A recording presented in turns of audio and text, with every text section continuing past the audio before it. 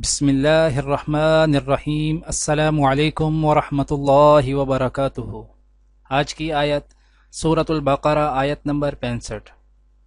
اعوذ باللہ من الشیطان وَلَقَدْ عَلِمْتُمُ الَّذِينَ اعْتَدَوْا مِنْكُمْ فِي السَّبْتِ فَقُلْنَا لَهُمْ كُونُوا قِرَدَةً خَاسِئِينَ۔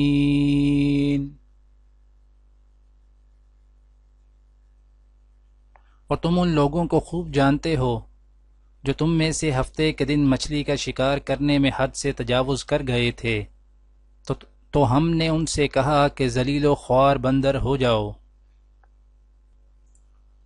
آج کی دعا: رب ارحمہما کما ربیانی صغیرا۔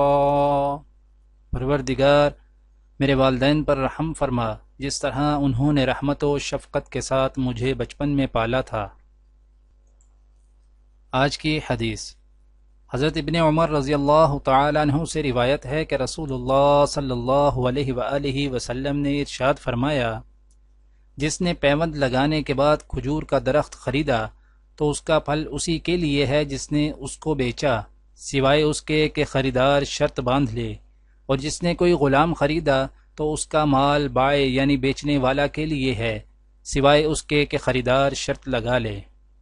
دعا ہے کہ اللہ تعالی دنیا اور آخرت کی تمام بھلائیاں عطا کرے، عمل کی توفیق دے۔ سبحان ربک رب العزت عما یصفون وسلام علی المرسلین والحمد للہ رب العالمین، آمین۔